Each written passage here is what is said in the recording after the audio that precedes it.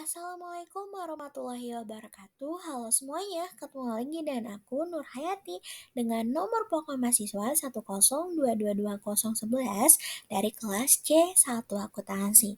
Kali ini saya akan membuat video untuk penugasan dari mata kuliah Sistem Transaksi Keuangan Digital. Materi kali ini membahas mengenai IoT atau Internet of Things. Untuk mengetahui apa sih itu IoT, yuk tonton video ini sampai habis. Pada materi kali ini membahas mengenai IoT. Apa sih itu IoT? IoT atau Internet of Things merupakan sebuah konsep di mana suatu benda atau objek ditanamkan teknologi-teknologi seperti sensor dan software dengan tujuan untuk berkomunikasi, mengendalikan, menghubungkan, dan bertukar data melalui perangkat lain selama masih terhubung ke internet. Kemajuan teknologi dan kemudahan komunikasi pada zaman ini tidak terlepas dari peran IoT atau Internet of Things, sebuah konsep yang menghubungkan antara dunia digital dengan aktivitas manusia ini sangat memudahkan aktivitas manusia. IoT atau Internet of Things mengacu pada jaringan perangkat fisik, kendaraan, peralatan, dan objek fisik lainnya yang dilengkapi dengan sensor, perangkat lunak, dan konektivitas jaringan sehingga memungkinkan mereka mengumpulkan dan berbagi sebuah data. Lalu apa sih tujuan utama dari IoT? Tujuan utama dari IoT adalah menghubungkan dunia fisik dengan dunia digital, menciptakan jaringan perangkat yang cerdas dan terintegrasi untuk mengumpulkan, menganalisis, serta bertindak berdasarkan data yang dikumpulkan. Lalu cara kerja IoT bagaimana sih? Secara sederhana, IoT bekerja dengan memanfaatkan instruksi pemrograman yang setiap perintahnya bisa menghasilkan interaksi ke sesama perangkat terhubung secara otomatis tanpa adanya intervensi pengguna. Bahkan dalam jarak jauh sekalipun, adapun faktor vital yang menjadi kelancaran perangkat IoT atau Internet of Things adalah jaringan internet yang menjadi konektor antara sistem dan perangkat.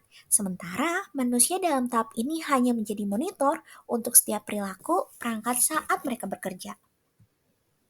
Selanjutnya ada contoh dari IoT atau Internet of Things. Yang pertama ada Smart Home. Smart Home merupakan salah satu contoh Internet of Things yang menghubungkan perangkat elektronik seperti lampu, kipas angin, AC, dan perangkat lainnya melalui internet. Interkoneksi ini memungkinkan Anda untuk mengoperasikan perangkat tersebut dari jarak jauh. Dengan adanya teknologi IoT, Anda bisa memastikan lampu rumah saat sedang berada di luar. Contoh yang kedua ada Smart City.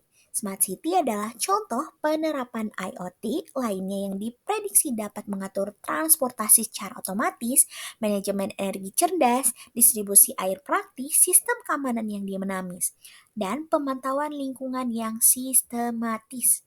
Contoh IoT dalam Smart City adalah aplikasi yang dapat mengirimkan peringatan ke Dinas Kebersihan Kota ketika sampah sudah menumpuk atau aplikasi web yang dikoneksi dengan sensor agar Anda bisa mendeteksi masalah gangguan meteran, fault fungsi, fasilitas umum, dan masalah pemasangan apapun dalam sistem kelistrikan. Selanjutnya ada resiko dan tantangan dari IoT atau Internet of Things. IoT atau Internet of Things menawarkan banyak manfaat namun juga menimbulkan sejumlah risiko dan tantangan. Berikut ini beberapa yang paling penting. Yang pertama, risiko keamanan dan privacy. Seiring dengan semakin meluasnya penggunaan perangkat IoT, keamanan dan privasi menjadi semakin penting. Banyak perangkat IoT yang rentan terhadap peretas dan ancaman cyber lainnya yang dapat membahayakan keamanan dan privasi data sensitif. Perangkat IoT juga dapat mengumpulkan data pribadi dalam jumlah besar sehingga meningkatkan kekhawatiran tentang privasi dan perlindungan data.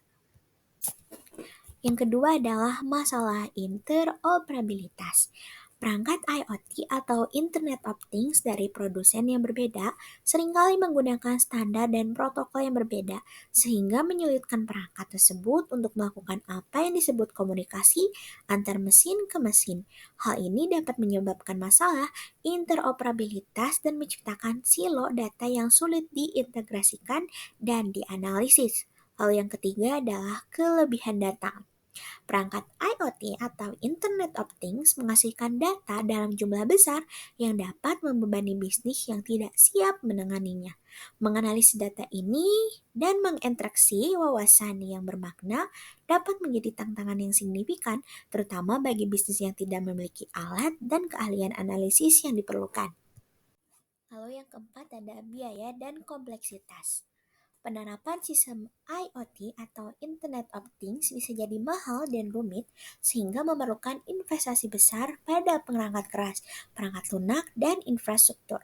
Mengelola dan memelihara sistem IoT juga dapat menjadi tantangan dan memerlukan keterampilan dan keahlian khusus. Lalu yang kelima atau yang terakhir adalah tantangan peraturan dan hukum. Ketika perangkat IoT atau Internet of Things semakin meluas, tantangan peraturan dan hukum pun bermunculan.